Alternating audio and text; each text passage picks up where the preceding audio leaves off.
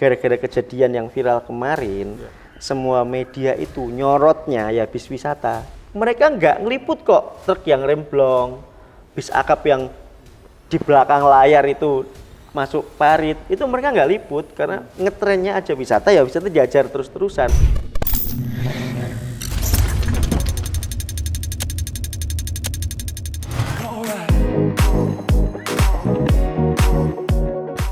Halo Detikers dan bus lovers semuanya. Ini adalah video bagian kedua wawancara Detik Auto dengan owner bus PO Pesona Mas Wahid. Jika di video bagian pertama kami membahas seputar latar belakang pendirian PO Pesona, maka pada video kedua ini kami membahas seputar tantangan dan masalah yang dihadapi perusahaan transportasi di bidang pariwisata. Nah, sebelum masuk ke tema besar itu, kami cukup penasaran nih, kenapa sih bis-bis pariwisata kebanyakan gak dilengkapi fasilitas toilet?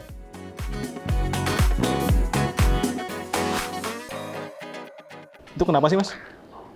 Dua hal. Ya. Yang terpenting adalah mengurangi jumlah kursi. Jadi ketika jumlah kursi itu terbatas, iuran per peserta makin tinggi. Diangkutnya tidak banyak. Ya. Oh, sorry, 3 berarti ya. Yang ketiga adalah, yang kedua adalah bau pesing yang dihadirkan dari di situ itu. Walaupun udah ditutup, ketika dibuka, brel gitu kan. Ya. Kemudian kenapa nggak ada? Yang ketiga, wisata itu kan kita nggak ngejar jam sama sekali. Agensi pasti sudah ngitung titik to titik, ada spare waktu masing-masing. Sehingga kalau tamu itu butuh ke toilet, kita masih sempat kok nyari rest area, nyari SPBU untuk sekedar buang air kecil. Jadi ya baiknya memang tidak ada. Toh jarang juga yang mau wisata ada toiletnya, nggak gitu, jarang. Kalau akap Semarang Jakarta kita dituntut waktu berangkat malam, nyampe sana harus besok pagi. Di jalan mau ke Belet Pipis, ya udah tinggal ke situ. Kalau nyari rest area udah nggak nyampe kan kejaran waktunya itu. Mas, kalau bis PO Pesona nih dikasih basuri nggak sih? Nggak. Menurut Mas Wahid gimana? Soal klakson Basuri dari awal saya udah nggak setuju sama sekali. Terus akhirnya ada desakan dari tim. Dan saya lihat sendiri waktu penjemputan santri, saya sempat ceritakan kalau bis Pesona waktu merintis itu tidak hanya ngangkut tamu, karena ada ngangkut narapidana, ada ngangkut hewan penelitian, ada ya salah satunya adalah jemputan santri itu sama mudik-mudik gratis. Waktu itu panitia mensyaratkan harus ada basuri untuk simulasi upacara pemberangkatannya itu loh, biar meriah kan. Nah, seiring berjalannya waktu, basuri kemudian menunjukkan kekurangan yang sangat tidak baik dalam hal safety.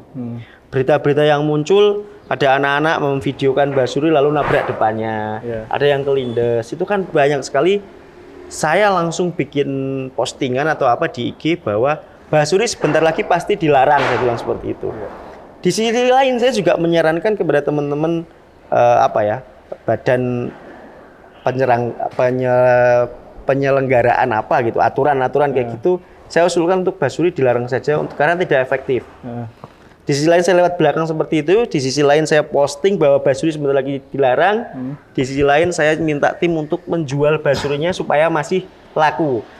Begitu nanti dilarang kan udah nggak laku, dijual kembali udah susah gitu. Sebagian dijual, sekarang kita 100% tidak pakai basuri. Dan bener kan beberapa waktu yang lalu di Bogor, di Depok, di beberapa tempat di Indonesia dirazia tuh. Kalau masih ada basurinya suruh nyopot di lokasi, ya kan? Nah, akhirnya saya sendiri tidak setuju dari lahir bahwa basuri itu banyak mudorotnya daripada manfaatnya. Tapi ada nggak sih, Mas, konsumen request klakson basuri gitu? Awal-awal ada untuk upacara pemberangkatan. Tapi setelahnya ketika kita kasih bahwa seperti ini, mereka tahu kok. Nah, Mas, kalau boleh tahu nih, berapa sih biaya yang dibutuhkan buat membeli satu unit bis baru dan balik modalnya berapa tahun tuh? Kalau sekarang itu udah jauh lebih tinggi daripada awal saya merintis. Dulu itu masih under 2, sekarang itu sudah di atas 2 waktu awal merintis ya. Awal merintis kita hitung 5 tahun sih harusnya sudah BEP.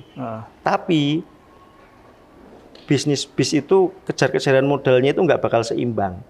Kenapa? Karena begitu 5 tahun itu balik modal awal, bis 5 tahun lagi itu dijual sudah rendah harganya. Jadi nggak ketututan buat beli lagi. Idealnya BEP seperti itu kan tidak sehat. Harusnya balik modal, tapi modal itu dibuat beli lagi itu dapat satu. Itu enggak. Jadi harus cash in modal lagi kayak gitu. Sehingga saya katakan tadi di awal, usaha bis itu kalau orangnya tidak gila atau orangnya tidak seneng atau nggak tahu buat apa, itu nggak sehat. Iya. Karena untungnya tipis, resikonya terlalu tebal, sehingga ya wis penuh resiko gitu. Tapi banyak juga yang pengen usaha ini nggak tahu kenapa gitu. Jadi ya seperti hitung-hitungan pahitnya seperti itu. Balik modal berapa tahun, Mas? Tadi 5 tahun di awal, sebelum naik. Nah sekarang nggak tahu, belum menyentuh, simulasi saya masih kacau. Iya. Kan kadang saya mainan ini kan kayak Excel gitu kan. Tak hitung pemasukan per bulan, pengeluaran dan lain-lain, modal, ketemu sekian puluh bulan operasional. Itu dulu waktu harga masih pada di bawah 2 tadi. Sekarang harga di atas 2, saya pikir mesti molor lagi dan gimana besok. Nah, saya belum tahu. Iya. Ya sekarang udah jalan, kita jalani aja. Yang penting saya happy, teman-teman happy, mengoperasikannya semua pada happy. Jadi saudara semua di sini ya udah jalan. Orang udah terbentuk. Iya. Peremajaan bis biasanya berapa tahun, Mas? Kalau di sini target kita 3 tahun. Idealnya. Kenyataannya sebagian masih ada yang berumur 4 tahun. Iya. Jadi ya wis lah. Move on aja, jalan aja. 3 tahun tuh minimal ya? Maksimal ya? 3 tahun itu paling cepat harusnya. Paling cepet ya? Ya, kenapa? Karena supaya kemerosotan harganya tadi kita bisa ngejar, ya kan? Tapi kan nggak bisa, Wong. Bikin baru aja belum, masuk mau dijual kan nggak bisa, jadwalnya itu gimana? Sedangkan Pesona jadwal sudah mungkin sampai November ini sudah terisi, sebagian yang weekend-weekendnya. Tinggal kita jualan ininya, gitu. Oh, oke, siap. Nah Mas, kalau boleh tahu Mas, omset di dunia bis pariwisata nih gede nggak sih Mas? Saya tidak bisa bilang ini adalah usaha dengan omset gede, nggak bisa bilang. Karena kenyataannya kalau saya ngobrol dengan teman-teman gitu, ada yang usahanya itu kayak main-main, hasilnya tidak main-main gitu kan. Kita tahu lah ya, apa misalnya tambang atau kelapa sawit gitu kan. Usaha kelihatannya main-main tapi hasilnya tidak main-main. Kalau yang ini usahanya serius banget, hasilnya juga so-so lah, sebanding lah dengan high risk-nya, walaupun kurang ideal gitu. Tapi untuk orang seperti saya yang tidak punya apa-apa gitu, saya tidak tahu usaha apa selain ini gitu, ya kan? Kecuali kalau saya dididik dari orang tua yang sudah punya usaha yang lingkupnya itu udah luas, bisa jadi saya akan belajar ke situ. Saya kemarin ngobrol ada yang ternak apa sih ya, lobster gitu, ternak udang, itu malah hasilnya nggak main-main gitu loh. Padahal faktor resikonya kalau kita handle sendiri, mulai ini pembibitan, perawatan, pendistribusian, bahkan jual ke restoran itu sendiri, itu hasilnya saya sering ngitung hasilnya orang gitu. Tapi di depan orangnya ya, kayak ngobrol tuh lumayan juga ya, saya bilang seperti itu. Nah ini tuh kayak karena saya tidak tahu lagi mau bergerak di apa gitu. Jadi ya udahlah kita jalani aja. Memang bukan omset yang high banget, tetapi setidaknya ini membuatku semangat. Itu aja sih. Oke, betul. Ke depan Mas, rencana pengembangan PO Pesona seperti apa? Impian ya, ini ngomong impian ya. Impian. Semoga Allah mendengarkan ini dan teman-teman yang nonton mengaminkan impian kami. Tentu kita ingin fokus bertahan dulu di dunia wisata, karena banyak yang tumbang sebenarnya, tumbang secara tidak terlihat gitu di dunia wisata. Syukur seperti panutan kami kayak misalnya perusahaan besar di Jakarta yang warnanya biru tuh, yang logonya burung tuh, itu kan sampai 50 tahun. Ada perusahaan-perusahaan yang bisnya warna putih-putih ya juga puluhan tahun. Nah, minimal kami bisa bertahan selama itu. Kalau bertahan bisa selama itu, otomatis pengembangan step by step-nya itu bisa. Karena bertahan aja bisa gitu kan. Nah, kemudian kalau kita nggak muluk-muluk lah ya, ekspansi misalnya ya kita pengen lah kalau sekadar buka di kota lain misalnya pengen. Tapi yang di sini yang penting core-nya di sini itu tidak tergerogoti. Kadang saya merasa kurang kalau pengen buka di Jakarta misalnya, tapi mengurangi jatah garasi sini kan nggak sehat. Kalau memang mau membuka di kota lain, harusnya sini tidak berkurang sama sekali. Harusnya kalau di sini tetap 10 ya tetap 10, baru kalau ada duit kita bikin. Tapi pernah kita simulasi, saya sempat survei-survei lokasi dan lain-lain. Kosnya tinggi sekali untuk buka garasi baru. Sewa tanahnya udah berapa, bangunan seperti ini udah berapa, sehingga saya pikir ulang waktu itu. Saya fokuskan di sini.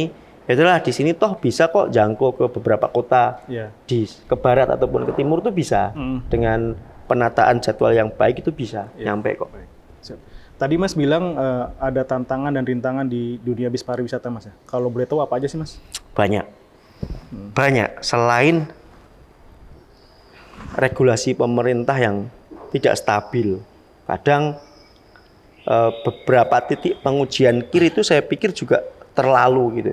Terlalu tidak sesuai kenyataan. Kayak contoh, pengereman ban itu benar-benar harus berhenti walaupun yang muter dinamo yang gede. Lah kalau ini harus berhenti justru malah tidak safety. Apalagi bis-bis sekarang itu dilengkapi dengan ABS. Saya tahu ABS itu malah tidak ngunci.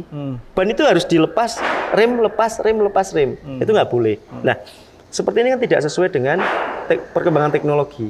Karena begitu ban itu kok berhasil ngunci, justru bis akan menggelincir, ya kan? Terutama di jalan licin, pasti ngepot itu. Dan itu malah resiko terbalik. Pengereman yang benar kan rem lepas. Jadi kayak tidak pakem, tapi malah membuat bis itu malah berhenti dengan jarak lebih pendek, gitu kan. Yang kedua, terkait kaca film. Saya baru tahu tadi malam ketika adalah salah satu pengemudi saya protes bahwa bisnya itu kan single glass dan itu panas sekali. Itulah kenapa saya tidak pernah betah duduk di depan yang single glass.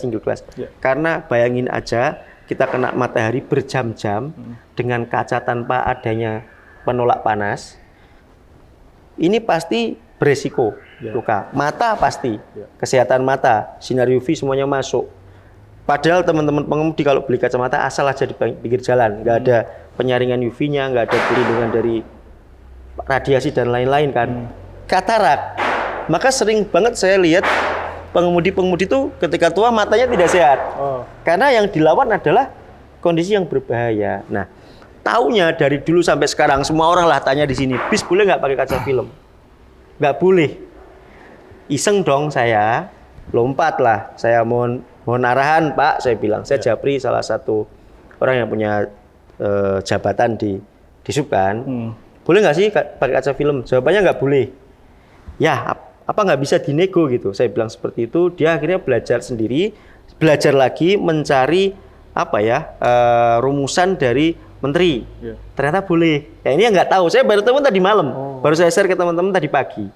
Jadi untuk bis diperbolehkan maksimal 40%.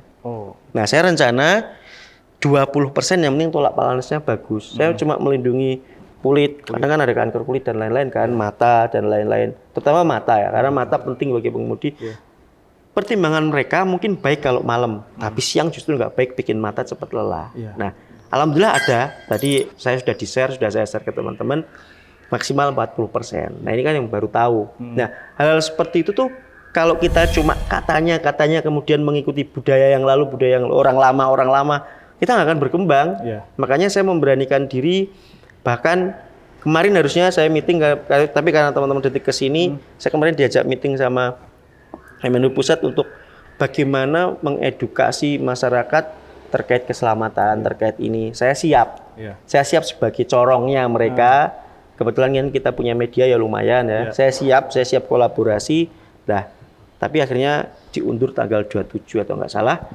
Saya siap kolaborasi dengan mereka untuk memberikan semacam, karena saya sendiri sudah merasa bisa kok bis itu 100% komitmen for zero accident itu bisa. Bisa lah. Bismillah bisa, karena sebagian perkataan adalah sebagian dari doa. Harapannya seperti itu. Kalau dari Mas Wahid sendiri kan sekarang banyak nih Pak ya Mas ya, bis pariwisata sering kecelakaan deh. Soalnya itu kejadian yang berulang gitu. Dari pandangan Mas Wahid gimana? Saya amat sangat tidak setuju. Kenapa? Sebenarnya semua itu memang ada potensi kecelakaan. Hanya gara-gara kejadian yang viral kemarin, semua media itu nyorotnya ya bis wisata.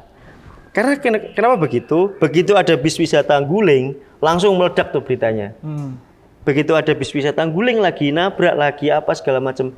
Mereka nggak ngeliput kok truk yang remblong, bis akap yang di belakang layar itu masuk parit. Itu mereka nggak liput karena ngetrennya aja wisata, ya wisata diajar terus-terusan. Makanya kadang saya suka japri tuh akun-akun dengan follower banyak, tapi non media ya, kan banyak tuh. Banyak ya. Bu, tolong kayak gini jangan diberitakan, jangan di-share, saya cuma bilang gitu.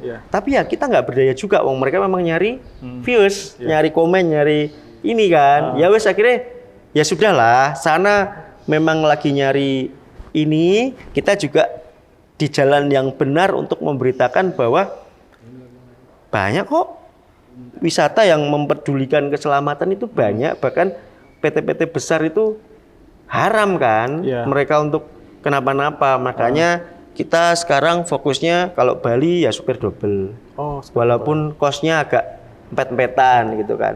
Sementara karena tidak kompak tadilah, harusnya Bali supaya supir double harganya naik dong. Yang lain masih menjual segitu ya kita nggak bisa berharap banyak. Makanya sudahlah supir double tapi empet-empetan dananya nggak masalah. Kayak gitu. Jadi yang penting bagaimana komitmen kita 100% pada zero accident. Hanya faktor di luar itu yang dalam tanda kutip bahasa Jawanya adalah gateli gitu, bikin emosi. Kenapa? Jalan ke Bali itu tidak jarang kita kacanya dilempar batu oleh orang iseng. Kayak gitu tuh lapor ke siapa gitu? Saya pernah lapor ke Disub, itu bukan urusan kami jawabannya. Karena memang tidak diatur sama mereka kan. Kemudian lapor ke mana? Ke polisi, nggak ada solusi kan. Akhirnya mau nggak mau ya wis, pakai cara kita ya nggak ketemu. Jadi kayak cuma berdoa aja. Sedangkan efek dari pelemparan batu kok tembus melukai pengemudi, bisa jadi pengemudi lost control, kecelakaan. Katanya fokus pemerintah adalah mengurangi angka kecelakaan transportasi umum. Hal seperti itu lo nggak diperhatikan, malah internalnya yang diubek-ubek. Bis sudah benar, PT sudah niat, kayak diubek-ubek. Kamu harus punya izin ini ya, kamu harus punya izin ini ya. Jadi kayak data. Pemerintah juga sekarang mengeluarkan namanya sistem manajemen keselamatan. Itu kayak bikin skripsi tahu. Dan mereka juga mengakui bahwa itu sudah kita lakukan, cuma tidak didokumentasikan. Jadi kayak, apakah aparmu sudah siap? Siap, kita semua ada aparnya. Perawatanmu bagaimana? Sangat terawat.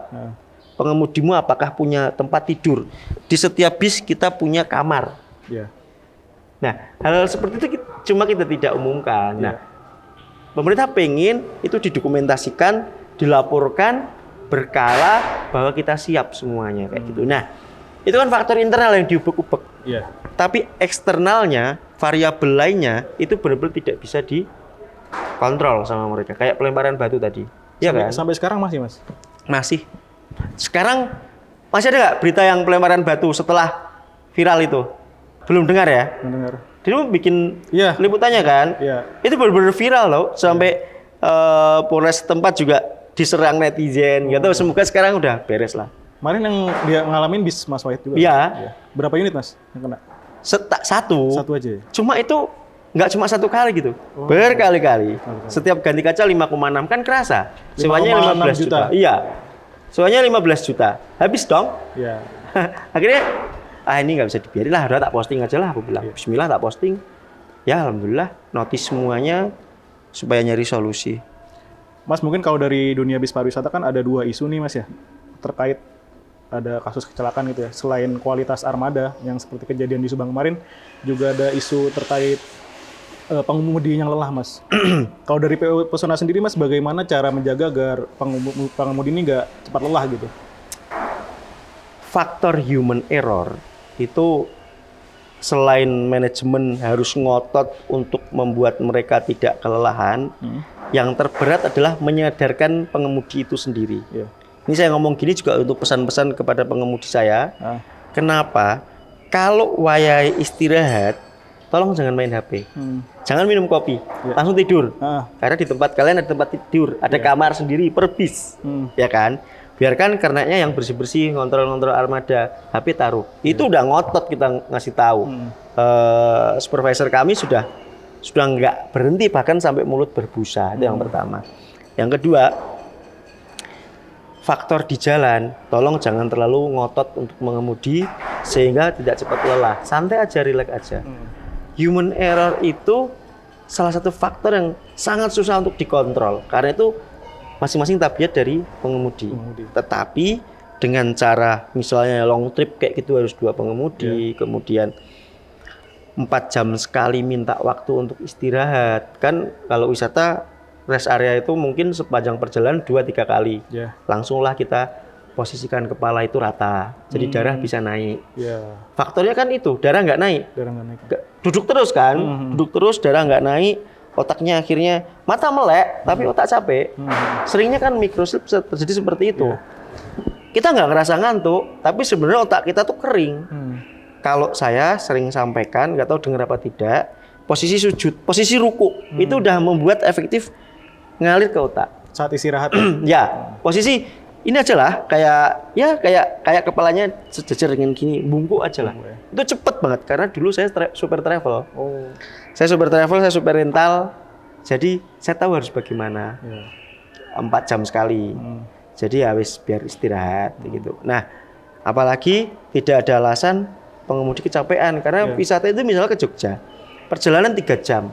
Di sana orang piknik dia tidur kok. Ya kan? Ke Surabaya paling lama berapa sih? Yang berat memang Bali. Nah, kita nggak tahu kalau teman-teman yang dari Sumatera ke Bali lah itu pekerjaan memang berjam-jam, berpuluh-puluh jam. Tapi kalau masih Jawa Tengah sini, ke barat mentok Banten juga aman, ke timur mentok Banyuwangi juga aman. Toh nanti sekarang tol udah hampir nyambung. Sini Surabaya 4-5 jam, tembus Banyuwangi mungkin 10 jam, masih aman lah. Di kapal bisa tidur. Ke Bali setelah nyebrang juga cuma 3 jam. Setelah itu rest pasti, makan, wisata, kan supir bisa tidur. Jadi harusnya kalau personnya itu bisa memanage dirinya dengan baik, insya Allah tidurnya nggak kurang. Nah Mas Wahid, pertanyaan terakhir nih Mas. Mungkin Mas Wahid punya tips buat para konsumen atau pelanggan yang ingin menyewa bis pariwisata, itu tips amannya gimana Mas? Oke, sebenarnya ini termasuk PR para PR di Kementerian Perhubungan. Salah satunya adalah bagaimana menentukan bis yang layak jalan. Sebenarnya untuk saat ini mereka sudah mengeluarkan satu website Spionam namanya, spionam.apa itu, cari aja. Kita ketik plat nomor itu sudah keluar datanya bis ini. Kir terakhir kapan, pajak tertib apa tidak gitu. Itu semua sudah. Sayangnya kemarin saya ketemu, bukan kasus ya, saya ketemu plat nomor itu dikatakan telat kirnya. Padahal realitanya bis itu sudah dikir. Jadi saya diminta untuk mempromosikan itu, tapi saya juga menemukan sisi lain yang tidak sesuai dengan update-nya gitu kan. Kenyataannya seperti itu. Jadi ya mau harus gimana lagi. Akhirnya saya merumuskan bahwa carilah PT-nya aja. Kalau sekarang kan udah nggak ada PO tuh. Nah, maka adanya sekarang adalah PT. Jadi PT-nya itu yang bonafit gitu. PT-nya itu yang peduli. PT itu harus peduli pada minimal perawatan dia sendiri. Bagaimana itu terlihat pada keseragaman bisnya, pada keseragaman timnya kayak gitu. Itu akhirnya yang dinilai. Selain itu harganya. Harga kalau yang lain udah kompak di 6 juta misalnya, katakan 2 hari kemana gitu, kok dia mau 5 juta, something wrong. Pasti ada yang kurang dari itu. Entah memang bisnya sudah sangat tidak layak sehingga tidak bisa ngekir gitu. Nah sekarang udah pinter sih memang. Mas coba minta foto kirnya gitu. Ya nek yang lengkap-lengkap sih aman, foto aja. Kayak kemarin ada razia gitu. Story-nya teman-teman kompak. Aman, komplit pakai telur gitu. Karena persuratan kita komplit gitu. Kendaraan kita juga pasti kir, nggak mungkin nggak kir gitu. Karena kalau tidak ngekir nggak bisa bayar pajak. Jadi ya nggak bisa. Jadi harus kalau nggak bayar pajak semuanya nanti rontok, udah langsung diskualifikasi sebagai PT yang diberikan izin prinsip penyelenggaraan. Jadi wis Ya pinter-pinternya customer sih untuk dewasa. Ya. Terakhir saya ada pengalaman, ada customer langganan cuma nawar 200.000. Akhirnya tim saya nggak mau karena yang handle tim ya. 200 tuh apa, Mas? 200.000 nawar. Jadi kayak misalnya 5 juta, Ya. tarifnya kita kasih. Ah. Dia nawar 4,8. Oh, gitu.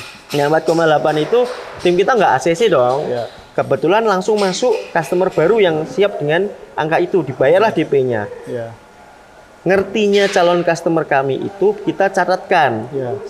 Hamin 1 minggu ngasih tahu bahwa jadi pakai. Lah bisa kan udah nggak ada stoknya. Ya. Akhirnya kami carikan PO lain sehingga dia merasa lah mending Pesona gitu. Lah, jadi mereka pun harus nalar bahwa harga tuh pasti mempengaruhi layanan kayak gitu. Jadi yang dewasa lah. Jangan yang nutut bis harus bagus dan lain-lain tapi sewamu maunya murah. Mana bisa gitu kan. Ya yang terpenting triknya sih sekarang minta foto aja kirnya itu aja sih. Karena begitu dikir bis itu pasti layak jalan. Kalau secara visual bisa nggak sih Mas kita mendeteksi gitu bahwa bis ini tuh kurang layak? Nggak bisa. Nggak bisa ya? Karena kejadian Subang itu pakai bodi yang dirombak menyerupai bodi terbaru. Ya. Catnya juga baru. Mau lihat apanya? Ya. Mau lihat apanya? Mau nggak mau ya memang harus sesuai aturan dan regulasi. Kalau wisata maksimal 15 tahun. Ya. Atau kalau memang budgetmu tidak masalah, minta yang muda. Karena sekarang dari asosiasi kami, kita sudah bikin klasifikasi bis yang harganya tidak boleh ditawar adalah bis yang tahun sekian sampai tahun sekian. Oh. Jadi wis aman, itu keluarin dulu. Di bawahnya itu 2018 ke belakang baru boleh dikurangin harganya. Nah, kalau sekarang tuh kayak nggak ada deh bis wisata yang usianya lebih dari 10 tahun tuh nggak ada. Jarang banget sekarang 2024 bis NIK 2014 masih menjadi bintang itu jarang banget. Ya paling yang punya nanti pemain-pemain baru yang baru bisa beli satu gitu di daerah yang nyewain 1-2 unit kayak gitu. Kalau sudah PT yang dalam tanda kutip bukan saya tidak menyebut bintang ya, yang apa ya menyerahkan diri sebagai PT yang bonafit pasti 2019 ke atas semua. Kemarin kan juga sempat beredar larangan untuk study tour Mas ya, sehubungan dengan peristiwa di Subang. Kalau dari Mas Wahid tanggapannya gimana Mas? Itu saya langsung sindir tuh, bikin sindiran gini. Yang sakit kukunya, yang dipotong kakinya, bener nggak? Yang sakit nih kuku kaki, yang motong sini. Kan permasalahan studi tour itu permasalahannya ada satu bagian tertentu, yaitu menggunakan bis yang tidak layak jalan. Kalian itu malas mikir apa gimana kok yang dilarang studi tournya? Padahal studi tour dari segi experience muridnya itu, murid mana sih yang nggak seneng ada belajar di luar? Dan itu bisa jadi dinanti-nantikan dari dia masuk SMA, ya kan? Kemudian ekonomi berputar. Ada tujuan objek wisata, warungnya, makannya, segala macam itu berputar. Kemudian ada juga selain experience anak juga punya kenang-kenangan banyak hal. Saya nggak setuju kalau seperti itu. Kalau diatur silahkan. Misalnya bisnya harus yang begini boleh silahkan. Sekarang sih sudah boleh kok. Sekarang udah boleh. Sudah boleh asal tidak nyebrang pulau. Sekarang tantangannya seperti itu. Itu yang negeri ya. Kalau yang swasta sih terakhir ya kita kampus swasta juga ke Bali berkali-kali, sekolahan swasta juga udah ke Bali berkali-kali. Aman. Intinya aturan itu ya kurang tepat lah Mas ya. Ya itu tadi yang sakit kukunya yang dipotong tangannya udah itulah. Itu dikatakan kurang tepat. Nek dikatakan solutif itu solutif. Tapi itu kayak melakukan hal berat untuk memfikskan sesuatu yang kecil gitu. Karena yang masalah kan bisnya. Ngapain semuanya dilarang gitu kan. Saya peduli menurut saya seperti itu. Nah teman-teman, sekian wawancara saya dengan Mas Wahid sebagai owner dari PO Pesona. Jangan lupa saksikan terus video terbaru otomotif di kanal Detik Oto dan baca artikelnya di Detikcom. Sampai jumpa.